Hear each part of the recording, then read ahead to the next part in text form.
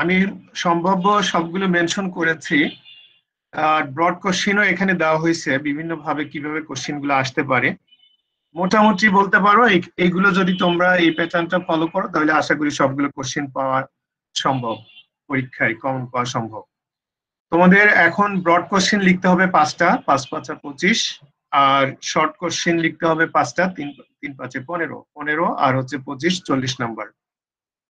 Question গুলো নিয়ে যদি আমরা কথা বলি, প্রথম কোশ্চেনটা তোমরা দেখতে পাচ্ছ, which approach would you use to let your boss know that you will be out 3 days this week to attend your father's funeral. Why? যে এটা মেইনলি হচ্ছে আমরা বলছি একজন হতে পারে কলিগ অথবা হতে পারে একজন এমপ্লয়ি তার বসের কাছে একটা চিঠি লিখবে। চিঠি লিখবে কেন? যে তার ফাদার মারা গেছে, ফাদারের ফিউনারেলে সে জয়েন করতে চায়, এই জন্য 3 দিনের ছুটি লাগবে। আমরা কোশ্চেনটাই বলা হচ্ছে which approach would you use to let your boss, মানে কোন ধরনের অ্যাপ্রোচ আমরা এখানে ইউজ করব। এইখানে আমরা অ্যাপ্রোচ ইউজ করব ইনডিরেক্ট অ্যাপ্রোচ। তোমরা জানো আমরা যখন পড়িয়েছিলাম ডিরেক্ট অ্যাপ্রোচ এবং ইনডিরেক্ট অ্যাপ্রোচ। ইনডিরেক্ট অ্যাপ্রোচ কেন? কারণ হচ্ছে এটা নেগেটিভ মেসেজ, নেগেটিভ কথাগুলো আমরা সরাসরি বলি না, এইটাকে আমরা একটা এভিডেন্স দেই তারপরে কথাটা বলি। যেহেতু এটা নেগেটিভ মেসেজ এই কারণে we will follow indirect approach. এবার কেন করব সেটার তোমরা জাস্টিফিকেশন দিতে হবে। এটা বিভিন্ন ভাবে হতে পারে, ধরো একটা হতে পারে যে এক্সট্রা অর্ডিনারি পারফরমেন্স অথবা অ্যাচিভমেন্ট তোমার আছে, অথবা you want to go for celebrating একটা পার্টিকুলার ইভেন্ট হতে পারে। যখন এটা সেলিব্রেশনের জায়গা হবে তখন ডিরেক্ট অ্যাপ্রোচ ইউজ করা হবে, আর নেগেটিভ মেসেজের ক্ষেত্রে ইনডিরেক্ট, পজিটিভ মেসেজের ক্ষেত্রে ডিরেক্ট অ্যাপ্রোচ। এরপর আছে identify different approaches of writing different types of business letter. Business letter লেখার ক্ষেত্রে আমরা কি কি ধরনের অ্যাপ্রোচ ফলো করি? এখানে 2টা অ্যাপ্রোচ আমরা ফলো করি, ডিরেক্ট অ্যাপ্রোচ এবং ইনডিরেক্ট অ্যাপ্রোচ। এইটা হচ্ছে থিওরির ওই চ্যাপ্টার গুলোতে আছে, চ্যাপ্টার 4-এ। Discuss about 3 step process of writing a business letter. 3 step process আমরা পড়িয়েছিলাম, জাস্ট ওখানে প্রথম 3টা যে স্টেপ আছে ওইগুলো এক্সপ্লেন করতে হবে। Define memorandum, is there any difference between letters and memorandum? Justify your answer. Letter এবং মেমোরেন্ডামের মধ্যে ডিফারেন্স গুলো লিখতে হবে। Discuss the advantages of memorandum. Okay. Then explain why it is important to profile your audience before writing a message. Audience profiling, এটা পড়ানো হয়েছে। Explain why it is important to analyze a communication situation in order to define your purpose before writing a message. এটার জন্য purpose লিখতে হবে। আমরা পড়িয়েছিলাম chapter 4-এ যে একটা হচ্ছে পারপাস, একটা হচ্ছে প্রোফাইল। পারপাস স্পেসিফিক হতে পারে, জেনারেল হতে পারে। এরপরে হচ্ছে how establishing your credibility is a vital aspect of building a strong relationship with your audience. এটা হচ্ছে ক্রেডিবিলিটি, যে রিলেশনশিপ আমরা ডেভেলপ করার জন্য কিভাবে আমরা we will establish our credibility. এরপরে আছে explain how projecting your company's image is a vital aspect of building a strong relationship with your audience. এখানে হচ্ছে প্রজেক্টিং ইওর কোম্পানি ইমেজ, এটা একটা question. Selecting the best medium for your message can make the difference between effective and ineffective communication. এইখানে medium গুলো আমরা chapter 4-এ যেটা ছিল oral, written, ওইখানে 4টা পয়েন্ট আছে, ওই 4টা পয়েন্ট এক্সপ্লেন করতে হবে। ব্রড কোশ্চেনের মধ্যে যেমন হচ্ছে like your organisation ABC wishes to place an order with XYZ stationery for supplying various stationery goods. Prepare an order using imaginary terms and conditions.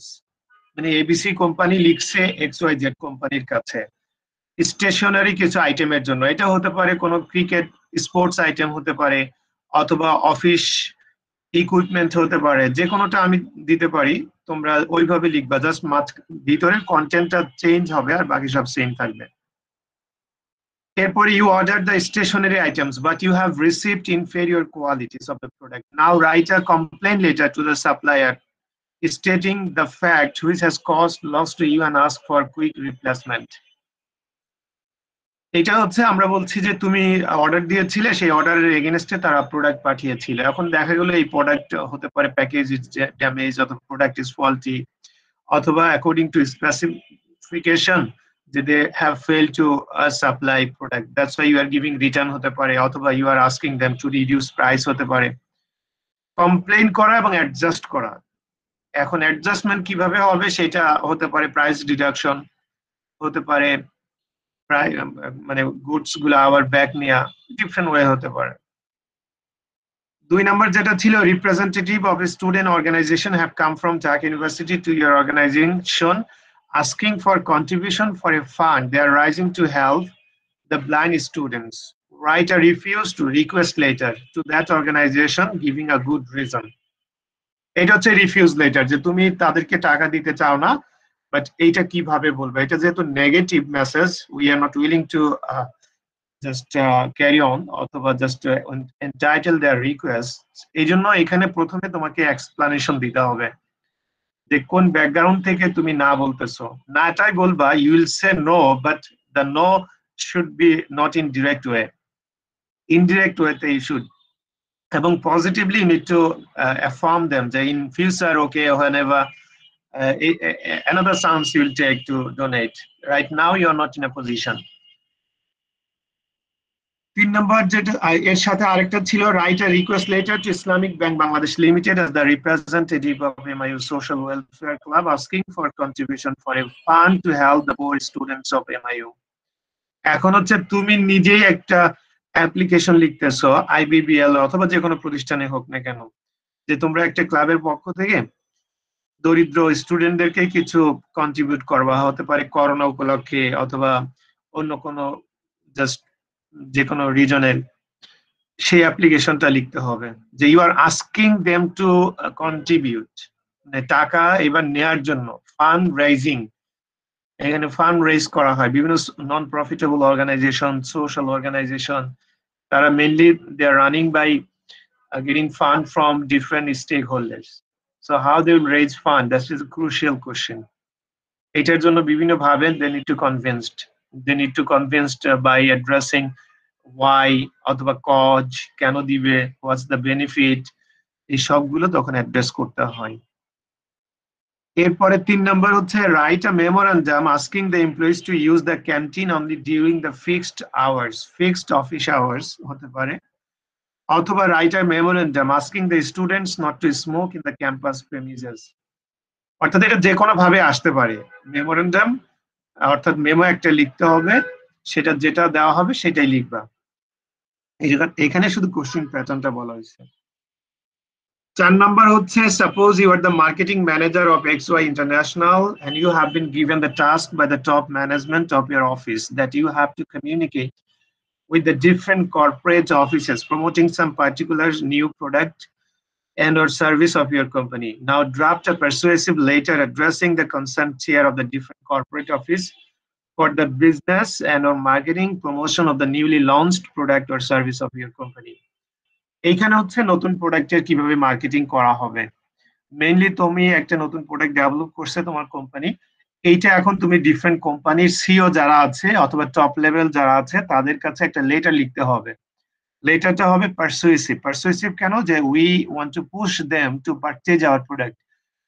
এটা যেহেতু ইট ইজ পারসুয়েসিভ, এই জন্য আমরা আমাদের প্রোডাক্টের পজিটিভ সাইড গুলো, যে হোয়াই শুড ইউ পারচেজ, কেন কিনবে, এই কেন প্রশ্নের উত্তরগুলো আমাদেরকে সেখানে লেটারের মধ্যে মেনশন করতে হবে, স্ট্রং রিজন যে why they need to purchase. এরপরে 5 নাম্বার ছিল, what is you attitude and how does it differ from I attitude? How does using bias-free language help to communicators to establish a good relationship with your audience? এখানে you এবং I অ্যাটিটিউডের মধ্যে difference, are you bias-free language আমরা কেন ব্যবহার করতে হবে, for better understanding or developing relationship. এরপরে 6 number ছিল, distinguish between CV and resume, what elements are commonly included in a CV, মানে কি কি এলিমেন্টস গুলো আমরা সিভি তে ইনক্লুড করি। সিভিটা তোমরা জানো যে এটা অনেক বেশি লেনদেন হয়, লঙ্গার হয়, এর মধ্যে সবচেয়ে বেশি পরিমাণ আমরা ইনফরমেশন ইনকর্পোরেট করি, এবং এটা only for because we are writing targeting academic position অথবা রিসার্চ ওরিয়েন্টেড পজিশন, সেইখানে লাইফের যত কিছু আছে everything we can incorporate there. Publication থেকে শুরু করে অ্যাফিলিয়েশন থেকে শুরু করে অ্যাসোসিয়েশন এভরিথিং। আর রেজুমে যেহেতু কর্পোরেটের জন্য লিখা হয়, এখানে শুধুমাত্র মানে পার্সোনাল এক্সপিরিয়েন্স, অ্যাচিভমেন্ট এইগুলো রিলেটেড। এরপরে write a cover letter for the post of marketing manager of A রেপুটেড business firm in against recent news paper advertisement. এটা হতে পারে অনলাইনে নিউজ, অনলাইন অ্যাডভার্টাইজমেন্টের এগেইনস্টে লিখতে হতে পারে, অথবা যে কোনো পজিশনের জন্য লিখতে হতে পারে। অর্থাৎ এটা একটা কাভার লেটার, আমরা সিভি বা রেজুমের সাথে যে অ্যাপ্লিকেশনটা লিখি সেটা। আর 7 নাম্বার হচ্ছে write a resume for the post of marketing manager of A রেপুটেড business firm in against recent newspaper advertisement highlighting your name, contact address, objective, education, experience and skill. Resume তোমাদের লিখতে হবে সবাইকে। এই রেজুমেতে যে বিষয়গুলো তোমাদের মেনশন করতে হবে, যেমন এখানে আমি বলে দিয়েছি, তোমার নাম থাকবে, কন্ট্যাক্ট অ্যাড্রেস, এরপরে অবজেক্টিভ, যেমন আমরা রেজুমে কেন লিখবো, কেন লিখতেছি সেই জায়গাটা অ্যাড্রেস করতে হবে। আর এডুকেশন কি কি আছে সেটা, এক্সপিরিয়েন্স কি কি হয়েছে সেটা, স্কিল কি কি হয়েছে, এই বিষয়গুলো মোটামুটি মেনশন করতে হবে মাস্ট। এর সাথে আরো দু একটা থাকতে পারে, that is optional but this is mandatory what ever I have mention here. যেমন হতে পারে তোমার হবি, হবি নর্মালি সিভিতে দেওয়াটাই বেটার, এখানে না দিলেই বেটার। মোটামুটি স্কিল, এক্সপিরিয়েন্স, এডুকেশন এগুলোই হতে পারে, অবজেক্টিভ, অ্যাড্রেস, নেম। আচ্ছা এবার বলো, এই মোটামুটি তোমাদের কোশ্চেনের প্যাটার্ন। আমি এটা আপলোড করে দিব তোমাদের গুগল ক্লাসরুমে। আপলোড করে দেওয়ার পর আবারও তোমরা হচ্ছে তোমাদের স্লাইড গুলোর সাথে মিলিয়ে মিলিয়ে দেখবে, যেখানে যেখানে প্রবলেম সেটা আইডেন্টিফাই করে নিয়ে আসবে। আগামী ক্লাসে আমরা প্রয়োজনে প্রত্যেকটা ধরে ধরে আবার এগুলো সলভ করে দিব। এখন বলো তোমাদের অ্যাসাইনমেন্ট অথবা overall is there any problem?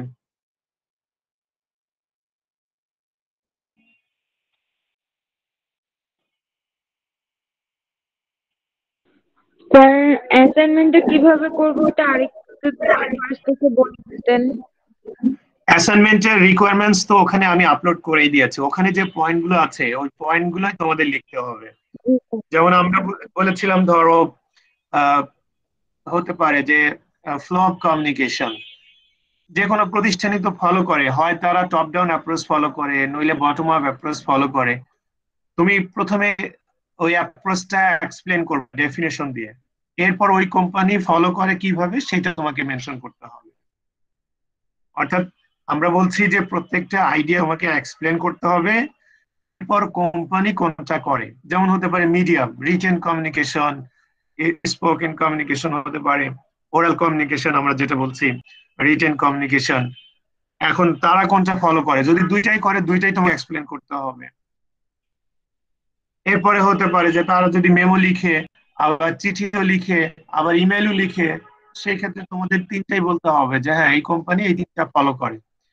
হ্যাঁ, লেটারটা কিভাবে ফলো করে, কাদের মধ্যে ফলো করে, এটা কি উইদিন নাকি আউটসাইড, অথবা মেমো যদি করে কি ধরনের মেমো তারা করে লিখে, অথবা কাদের মধ্যে লিখে, মেমোতে নর্মালি কি ধরনের কন্টেন্ট থাকে, এইগুলো তোমরা যতটুকু ইনফরমেশন পাও নেট ভিত্তিক সেইটা কালেক্ট করে তোমরা লিখবা। এমনটি না যে 100% ওই কোম্পানি যা করে তোমাকে সেটাই লিখতে হবে অ্যাজ ইট ইজ, এবং you need to collect information that should be genuine, এরকম দিস ইজ নট মানে জাস্ট ম্যান্ডেটরি, অথবা you will comply each and every requirements, it is not possible, I am sure. Okay sir, ঠিক আছে। হ্যাঁ, আর কারো কোনো? Sir এটা তো মনে হয় অফসেট পেপারে করতে হবে। অফসেট তোমরা যদি যারা কম্পোজ করতে পারো, কম্পিউটারে কম্পোজ করতে পারো, কম্পোজ করে সফট কপি পাঠিয়ে দিতে পারো। আবার হতে পারে যদি হাতে লিখো, হাতে লিখে তুমি জাস্ট পরীক্ষা যেভাবে দাও ওইভাবে স্ক্যানার, ক্যাম স্ক্যানার দিয়ে জাস্ট মোবাইলে স্ক্যান করে পিডিএফ করে এরপর ওখানে আপলোড করে দিলে হবে। ঠিক আছে, ওকে। আর যদি কোনো ইয়ে না থাকে আগামী ক্লাসে আমরা আবার নিব। আগামী ক্লাসে তোমরা কোশ্চেন গুলো সবাই একটু দেখে এসো ভালো করে। এখানে প্রবলেম গুলো চ্যাপ্টারাইজেশন আকারে তোমরা দেখবা কোন চ্যাপ্টার কোন জায়গা থেকে কোশ্চেনটা আসছে, যদি কেউ না পাও খুঁজে সেটাও আগামী ক্লাসে আমাকে বলবা, ঠিক আছে? স্যার অ্যাসাইনমেন্টটা ওকে স্যার। ওকে, স্যার এটা কবে জমা দিতে হবে অ্যাসাইনমেন্ট?